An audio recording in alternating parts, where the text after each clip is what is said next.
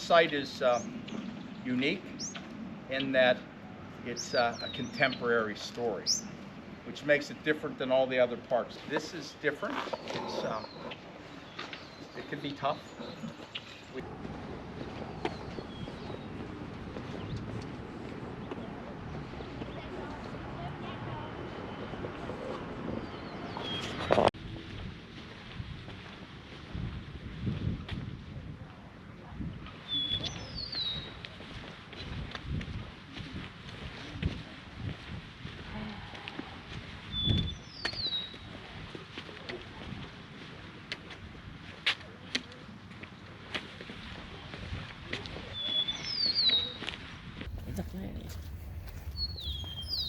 The first one I saw was this one, because there were so many people coming up.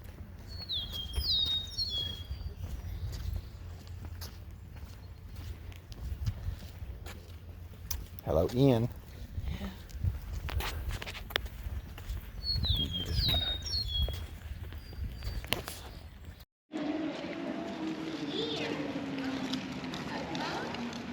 Was I born when this happened? Was you born? Nope.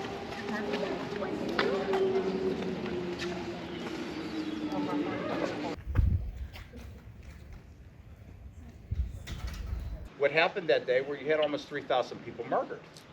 So how do you change that? I mean, if you're here and you're talking about what happened that day, it's about terrorists taking over planes. This plan, by the way, it was brilliant. That's the FBI's words, not mine. It was brilliant. It's evil, but it's brilliant. I mean, never before had anyone come up with an idea of taking over planes to the point where you kill the pilots and you put your own pilot in that seat to fly that plane loaded with thousands and thousands of gallons of jet fuel as a bomb to fly into buildings to murder. That's the plan. Isn't that a horrible plan? We're going to take over planes. We're going to kill anyone that gets in our way on these planes. And then we're going to take that plane and we're going to fly it into a building to murder. That's the story. The story of Flight 93, the essence of this story is that 40 brave passengers and crew members got up out of their seats that day and decided to fight evil.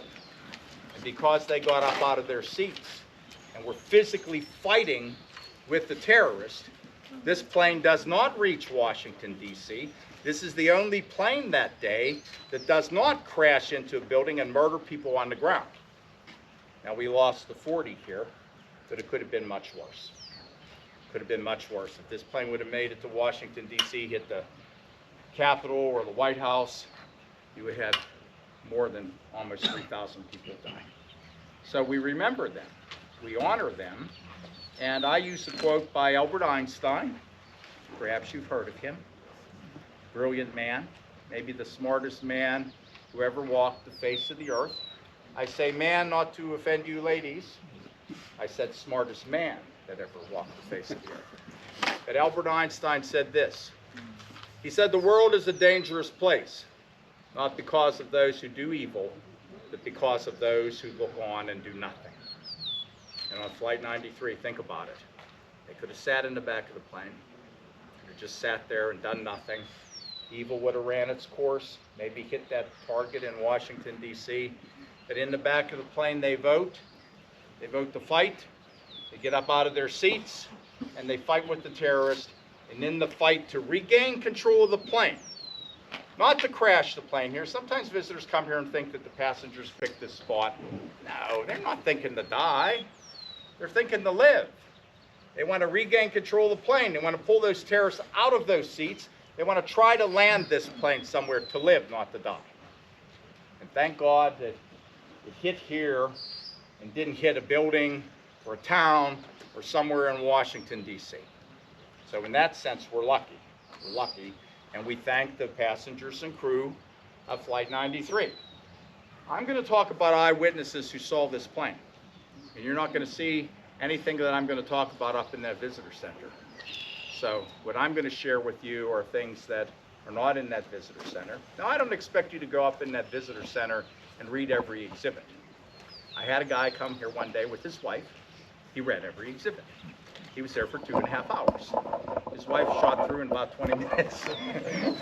So I don't expect anyone to read everything that's up there, but if you would do that, you would, of course, have a great understanding of what happened that day, but most people aren't going to read everything up there. I've read multiple books. I've talked to multiple people here. I've talked to eyewitnesses. So I take a little different spin on it. I tell the story, but I'm going to tell the story through eyewitnesses, of people that saw the plane. Now, we get visitors here, and a lot of the visitors claim that they saw this plane. Maybe they saw it, maybe they didn't. I'm not going to burst anyone's bubble and say that you didn't see this plane. I don't know, maybe you did. But we know where the plane flew. I mean, we know that. We know that when the terrorists took over the plane ended up south of Cleveland. Anyone here from Cleveland? If you're from Cleveland, you may have seen this plane. Then it flew over Canton, Ohio. Anyone here from Canton, Ohio? Known for the Football Hall of Fame. Thank you very much, the Football Hall of Fame. So if you lived in Canton, you may have seen this plane. But remember, there's 4,500 planes in the sky. And they're all those pilots are being told to make sure the cockpit door is locked and bring that plane down right now. So there's planes everywhere, places that they should not have been that day, and a lot of people see these planes.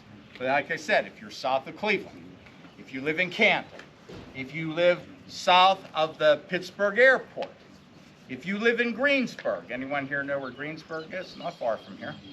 Ligonier, the plane, we know the route. We know the route of this plane. I had a supervisor here years ago, did not like me using eyewitness accounts. Didn't say I couldn't use them, but she felt that eyewitnesses, well, they get the story wrong. Well, maybe, right? But maybe they get the story right. So I will let you decide whether what they're saying is true. I'm going to tell you right now, and this is how I preface this. What I'm about to tell you, it's not a fact that what these eyewitnesses said is true, okay? But it's a fact that they said it. You see the difference? So everything I'm telling you, it's a fact they said this. But you can believe what you want or not. Some of these stories are actually in the 9/11 Commission report. So these are documented, they're in different books. But again, they're eyewitnesses, and okay, maybe they don't get it right. Maybe they get it perfect too. So here's what happened that day. Most people remember where they were. You're old enough to remember that day. You remember that. But I'm going to tell you this, on that morning, and I'm going to say I'm one of these that morning, I didn't get up and watch television. I didn't listen to a radio on my way to work. Even today, you know if something happened today? My dog got me up at 4 a.m. every day. I get up, I feed my dog, I shave, I shower, I go back to sleep. And then I get up and put my uniform on and I come to work. I didn't turn the television on. And on my way to work, I listen to music, but I'm not listening to news. So I could show up at work not knowing if something happened overnight on my way here. On that day, the stories that I'm going to tell you, these people who didn't watch television in the morning, they weren't listening to a radio, and then all of a sudden they see a plane in the sky. So here's where we begin. Ligonier Valley School, not far from here. The terrorists have already taken over the plane. When the terrorists take over the plane, they shut off the transponder. Does anyone here know what the transponder does on a plane? It's a tracking device. That's how the air traffic controllers know where those 4,500 planes are. You got to know where they are. You just can't let them fly up in the sky. They're going to hit into one another. I mean, people could get killed. You got to know where they are. That's why there's a tracking device. The terrorists do not want you to know where they are. They shut it off. So anyone that was watching United 93 that day, all of a sudden that little green dot on a screen, it disappears. It's gone. Where did it go? Where did it go? They don't want you to know where they are because they know that jets, U.S. jets could come after them. They don't want you to know where they are. They bring the plane down low to the ground. You ever hear the saying, fly below the radar?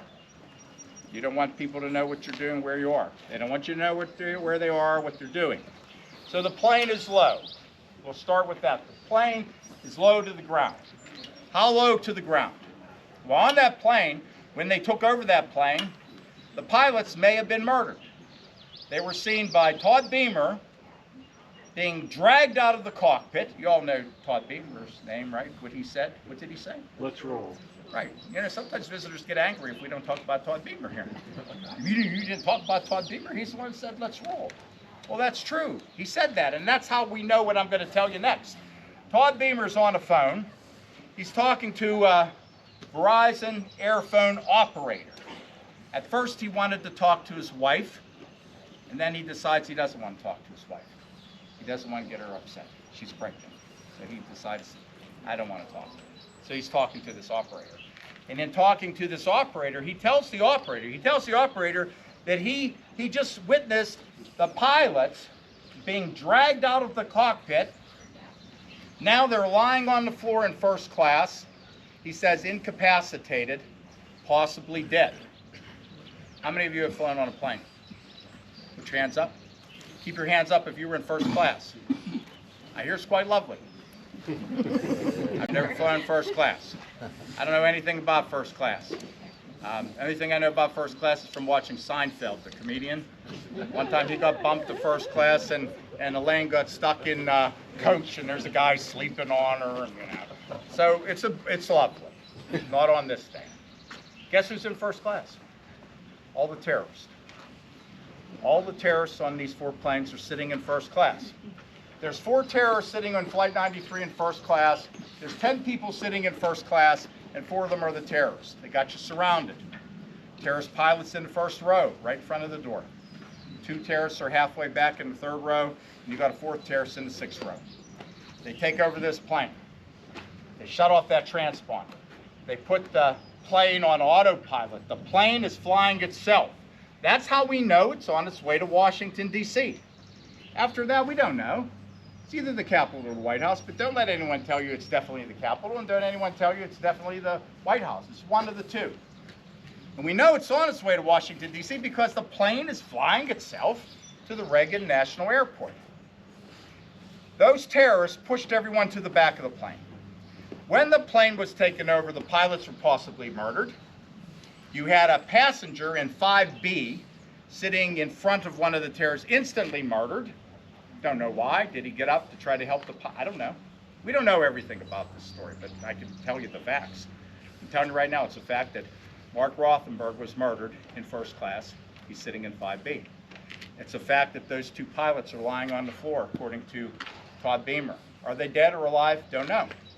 It's also a fact that when the terrorists took over the plane, a flight attendant ends up in the cockpit, and the terrorists execute her. I use the word execute because she pleaded for her life. They could have let her go. They didn't. They decided it's going to kill her. So they kill her. The terrorist pilot, Ziad Jarrah, he gets on the intercom, and he's talking to everyone pushed to the back of the plane. And here's what he says. This is the pilot. Our demands have been met. We are turning the plane around. We are heading back to the airport, which would be Newark. So stay in your seats, and no one will be harmed. You believe that? It's a lie. I head back to Newark. And you know what? What demands? Demands? These are murderers. These are terrorists. Hijackers have demands. Hijackers want to go to another country. Maybe hijackers want money. Maybe hijackers want prisoners released. Maybe hijackers want to make a statement to the world. They have no demands.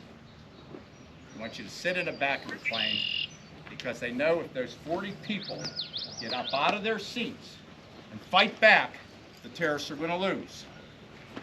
You think 4 can beat 40? Absolutely not. Yeah, the terrorists have knives. We found 14 knives in this field right here. I'm telling you right now, the terrorists did not carry 14 knives. Anyone could carry a knife on a plane back then. Isn't that a ridiculous rule? As long as the knife were less than 4 inches. Terrorists knew that. That's why in some of the planes they had box cutter knives. No box cutter knives on this plane. Regular knives. 14 knives found in this field. I guarantee those 14 knives didn't all belong to the terrorists. The terrorists have a plan B. Plan A is that they take this plane, they fly it to Washington, D.C., they hit either the Capitol or the White House to murder. Plan B, if the passengers get up out of their seats and they're fighting with us, we know we're going to lose. We will hold out as long as we can, but if we feel they're going to regain control of the plane, we're going to take that plane, we're going to crash it into the ground and murder everyone on board. And that's what happened here. They don't want that to happen. That's why they're trying to trick you. They want you to think you're going back to Newark. And the plan, you know what, that might have worked. That the terrorists made a mistake. In the back of the plane, they start making phone calls. Not necessarily on the cell phone. Back then, you had to be below 500 feet for this to work. It's different now. These are different now. Oh, what we would have learned if this type of phone were available back then. Texting, not available to the public. Video, audio, Facebook, all sorts of ways that they could have put images of what was going on the plane known to the world. Not available. So in the back of the plane, they're using the phones attached to the back of the seats. And they're calling. They're freely calling from the back of the plane their loved ones. And the terrorists, all four of them, are up front, not watching them. Well, guess what? As soon as they make a phone call, they're going to know they're lying. Because as soon as they make a phone call, they're going to find out from their loved ones what's going on in America. There are planes flying into buildings.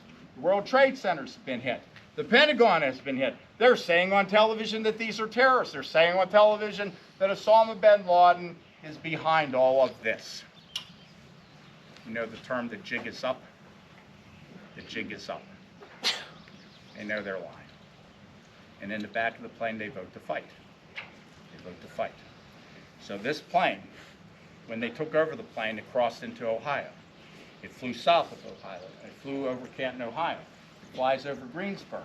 When it flew over Ligonier, not far from here, this is what the eyewitnesses saw. These eyewitnesses are boys and girls and their teachers from Ligonier Valley School. They're outside for recess. They look up in the sky. There's a plane. Oh my God, why is there a plane right above our school? Why is that plane so low to the ground? Those boys and girls and teachers, some of them said this. The plane was so low to the ground that when we looked up and we saw that plane fly overhead, we could see the windows of that plane, and we could see people in those windows looking down at us as they flew over our school. Ever see a plane that low? It'd be pretty low to see the windows, to see people in the windows. I've never seen a plane that low, maybe at an airport, right? Coming in for a landing. But that's what they said they saw, and you can believe that or not. It's a fact that they said that. It's not a fact that the plane was so low that you could see people in the window. Then the plane crossed Route 30. When you came here today, did any of you pass the Stoystown Auto Wreckers? How could you miss that? Thousands and thousands of junk cars. An eyewitness at that junkyard by the name of Terry Butler. You can YouTube him if you like. Tells his story. Terry Butler is pulling a radiator out of one of those cars. He looks up in the sky because he hears something really loud. And he wasn't watching television, nor were those boys and girls at Ligonier. All of a sudden, there's a plane. It's flying low. And Terry Butler said, this is what the plane was doing. The wings are banking left and right. It's doing this. It's rocking. The front of the plane is doing this. We call it porpoising or dolphining. Why is it doing that? Because there's a fight on that plane. The men and women are storming the cockpit. The terrorist pilot is trying to knock them off balance by banking left and right. So when Terry Butler sees the plane, the fight's on. They're trying to get into the cockpit. The terrorist pilot's trying to knock them off balance. So then he hears the crash. He would have heard a crash.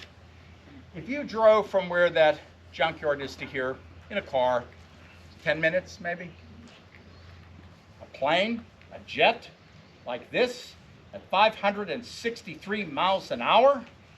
Let me explain to you how fast that is. 3 football fields, 300 yards in a second. 1001. Plane just flew over 3 football fields. So it's not going to be long once he sees that plane that he's going to hear that plane. And he just realized that everyone just died. Those people, that plane, I don't know why it's doing what it's doing, but those poor people just died. He leaves that radiator. He goes home, puts his television on, and now he's enlightened. He knows what's going on. We have built this memorial to remember the passengers and crew of Flight 93 and everyone that day that died and was in harm's way. You know how Terry Butler remembers and honors the passengers and crew of Flight 93? He has tattooed both his arms with every name of every person on this plane. Oh my. You can YouTube him, all their names on his arm. Great guy, still works over there. So that plane now, before it crashed, is coming this direction. Where the visitor center is, it's coming right over that hillside. How many of you were up there today? Black granite walkway, what is it? What does it represent? Flight path of the plane. Shadow of the flight path of the plane. So when you're walking this direction, if you walk to the end, you'd be up right there where those people are on that overlook. That lines up with that white wall. There's a boulder out here in the field that marks where the plane came down. Plane's coming in that direction. What's here back then? No strip mine, not anymore. But the mining company had leased a portion of the land up there where the parking lot is today to a junkyard, a scrap company, Roll-Off. They're up there. There's 12 men right up where that parking lot is, working among the junk. I remember Pepsi Cola vending machines. You know the logo for Pepsi Cola? I remember all these machines just piled up, junk, machines there and other stuff. But I remember distinctly that logo. There's 12 men up there. 2 of those fellas, they moved to high ground. They're up a little higher. They're up here. They have a radio. They turn the radio on. They're taking a break. Oh, let's take a break. Let's turn the radio on. Turn the radio on. It's around 10 o'clock. Plane's going to crash at 10:03. Turn that radio on around 10 o'clock. Guess what? When they turn the radio on, guess what they find out? They find out that the Pentagon's been hit. They find out that the World Trade Center's been hit. They find out that there's terrorists and Osama bin Laden is behind this. According to their eyewitness testimony, Roger Sarver, the owner of the radio, said that when he turned that radio on and found out what was going on, he looked in the distance and he sees a plane. Right at the moment they found out. That same plane that just flew over Ligonier Valley, that same plane that just crossed Route 30 that Terry Butler saw. Now Roger Sarver and the fellow with him, they said at this point, the plane was no longer doing this. It was no longer doing this. It was completely upside down. It's upside down now. In the fight, the plane flips upside down. When that plane flipped upside down, the fight's over because the terrorists are locked into those seats. They're strapped in. The passengers and crew who are up out of their seats, they're helter-skelter through that plane. So that plane is flying in this direction. And they're horrified. They're watching it come in. They said it was so low, they thought it was going to crash into the scrapyard up there where all those Pepsi Cola vending machines are stacked up. There's a man there by the name of Lee Purball. He's also in the 9/11 Commission report. He's working that day. It's his first day on the job. He has a welder's mask on. You know what that is. He has a blowtorch. So he's cutting into metal. He's not looking to the sky, and all of a sudden he hears something really loud. So he looks up, he flips his mask off, and he said the plane was right above his head. He said the plane was so low to the ground, when it flew over his head, he looked up and he could see the reflection of the ground below like a mirror as that plane flew over his head. Is it a fact that the plane was so low that you could see the reflection of the ground? No. It's a fact that Lee Purball said that. But then he went further to say, he said the plane was anywhere from 30, 40, 50 feet above his head. That puts it the height of that wall up there. So if you look up there and you imagine a big jet upside down flying over that hilltop. When Lee Purbaugh looked up, then he would have heard it crash. The boulder out here in the field marks where the plane came down. Anyone want to guess what's on the other side of these trees? Shanksville School. Elementary, middle school, high school. Those boys and girls didn't see the plane like the boys and girls at Ligonier Valley and their teachers. They heard it. They heard the explosion. Their whole building shook. Ceiling tiles fell from the ceilings and hit the desk of the children in the school. One little girl screamed that a bomb had just gone off. There's terror. They're scared. The janitor goes outside and looks in this direction and sees this huge black cloud of smoke up in the sky. When the plane hit, I know this is no consolation to the families. They would have felt nothing. You just hit the ground at 563 miles an hour. 7,000 gallons of jet fuel. Feel like closing your eyes. In that direction, if we went 8 miles that way, 8 miles that way, people in New Baltimore, eyewitnesses, are picking up paper in their yard. There's brochures that they put on the back of the seats. U.S. mail that's on this plane, 8 miles that way. There's a barn right here. Over the roof of that barn in that direction is Indian Lake. It's a resort. An eyewitness there said when they heard the explosion, then all of a sudden it was raining confetti from the sky. All these little particles coming down. Inside this wall, inside this chain link fence, there's 40 acres that we protect because they only recovered 8% of the remains. That means that 92% are missing. Where? I had a forensic anthropologist on my tour the other day. She was here that day, one of the ones trying to identify remains. I used the word vaporized. She liked that. She said, you know, you're right, vaporized. A human body, what, 70, 80 some percent water? You got an explosion, you have a lot of heat. Fragmented, vaporized. The 8% that they found, and I'm telling you 92% is missing, I don't know where, somewhere in these 40 acres. The 8% that they found, by using medical records, dental records, tattoos, fingerprints, and thank God for DNA, they were able to identify every single person on the plane, including the terrorists whose families did not provide any DNA. And how did we figure that out? Well, once you identified 40, you got 4 samples left. We should call them A, B, C, and D. I don't know Ahmad from Ahmed, the Ziad, the Saeed, but those are the terrorists. The remains of the passengers and crew were given back to the families. The remains identified. There's a sign by that junkyard, by that scrapyard of cars. Tell me what's wrong with the sign. We will always remember and pray for Flight 93, all American-born heroes. What's wrong with that sign? They're not all American. They're not all American-born. You had Toshio Kuge from Japan. You had Christian Adams from Germany. You had Waleska Martinez from Puerto Rico. You had Alan Bevan from New Zealand. When the World Trade Centers were hit, there were 80-some different countries that had office space in the World Trade Centers. You had people from all over the world murdered that day. So the remains identified were given back to the families. The remains of the terrorists identified, given to the FBI. The FBI to this day have those remains in Washington, D.C. as the worst crime, evidence for the worst crime in the history of the United States. Why do I say that? You had almost 3,000 people murdered. So let me end with this. I got 1 minute. Don't tell my boss if I go over. Tomorrow is promised to no one. You believe it? You don't believe it, go up to the visitor center. Stand in the back of the visitor center where there are almost 3,000 names of everyone that died.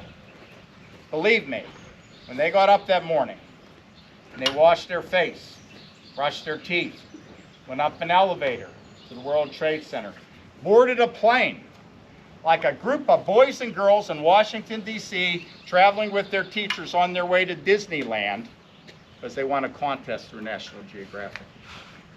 Died that day. It's their last day on Earth. So tomorrow is promised to no one. So what's important, my friends? Think about it. Right What's now. important? your friends, your family. I find it disgraceful when people won't stand for the flag. You know, my father almost died fighting for that flag. He's a Marine. Other people have died defending this country. If you don't believe in the flag, at least stand up for the people that do believe in the flag. And if you believe in God, I'm not saying you have to, and I'm not saying what God that is. That's important too. I lift weights with a fellow who's an atheist. You know what an atheist is? He doesn't believe. I can't prove or disprove the existence of a God, but he doesn't believe. And one day he said to me, listen to what he says, and you think about what's wrong and what he just tells me. He's looking at me while we're lifting weights, and he says to me, you know what, Gregory? I don't believe in God, but someday you and I will find out.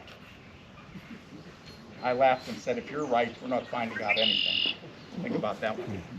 So, live a good life. Be kind to one another. It costs nothing to be kind.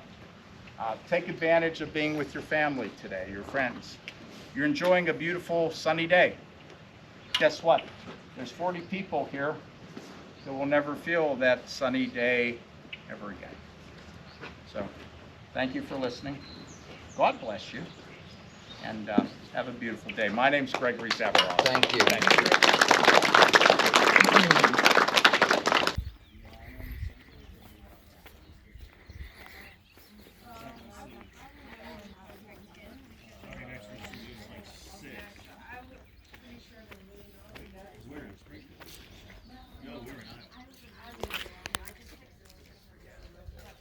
Various sizes. Right. There are 40.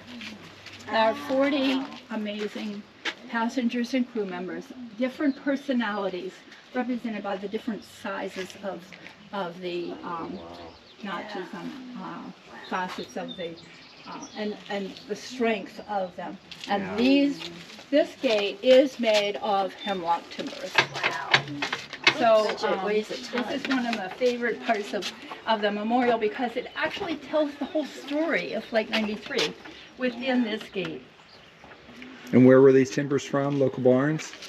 These are hemlock timbers, but I can't tell you exactly Okay. where they came from. They were not from the trees here. Right. The burned hemlock trees, after the investigation, after the crater that you probably heard of was dug up and excavated, it went down 40 feet deep. They went out 85 feet in both directions. At the front of the plane was 30 feet down. Mm-hmm. The two black boxes were at 25 and 15 feet, both totally intact with all of the information on it. So we have the whole transcript of the cockpit voice recording that is on our website if you're interested in reading what was said in that cockpit for that 30 minutes. Then the burned hemlock trees, we hired arborists to climb them and very, very meticulously pick out every single thing they found in the burned hemlock trees. And then those burned hemlocks were cut down, ground into mulch. After the excavation was completed and everything was gotten out of the ground, it was backfilled, ground over it, and then the mulch from the burned hemlock trees laid over that area. So even the burned hemlock trees never left this site. The plane, and when you're in the visitor center, you see the tiny fragments of the plane. The largest piece of the plane is about the size of the hood of a very small compact car. So it has about 2 windows and then parts of 2 other windows. And you know on a plane how close together those windows are. So it's about 6 by 7 feet or something like that. The part of a wheel, the 2 engines, but other than that, everything else is pretty much smaller than a dinner plate. Very few items, pieces of the plane much bigger than that. But we still managed to recover 95 to 97% of the plane. The plane then was, debris was taken to a storage place up in New England for a number of years, until about, I think it's maybe 4 years ago now. And then all our superintendent, our curator, some family members, and some various other people with hazmat suits on their hands and knees went over every speck of that debris from the plane to make sure that nothing was ever left accidentally on that. Once that was all taken care of, then the plane debris was loaded into 4 container cars and escorted down here from New England, and all of the plane wreckage is buried within our debris field behind the trees. So even all of the plane is here now.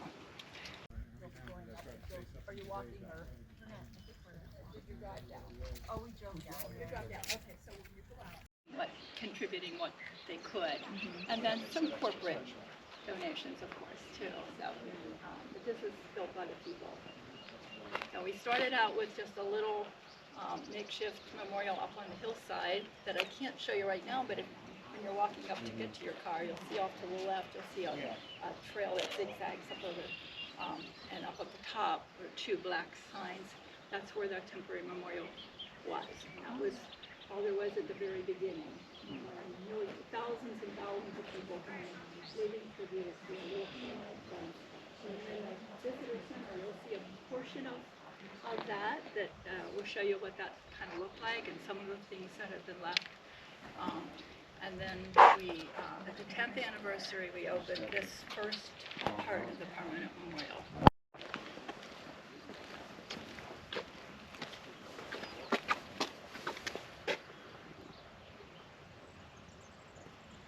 It's heavy.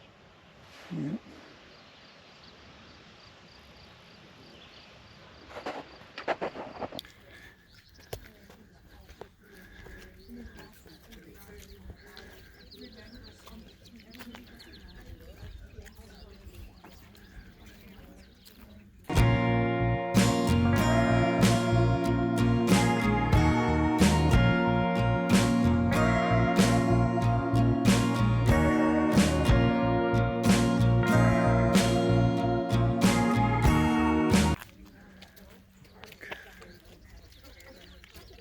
Happy Pride Mark.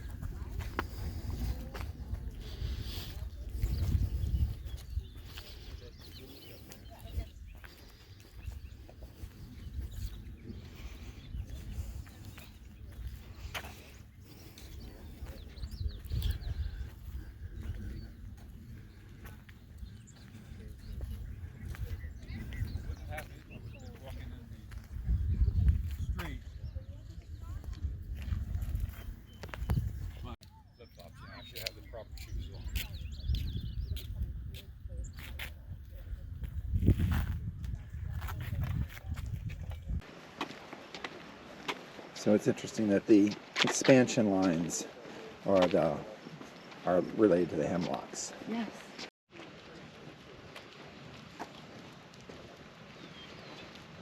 I wanted to see the boulder. Yeah, that's what I want to go up and see too.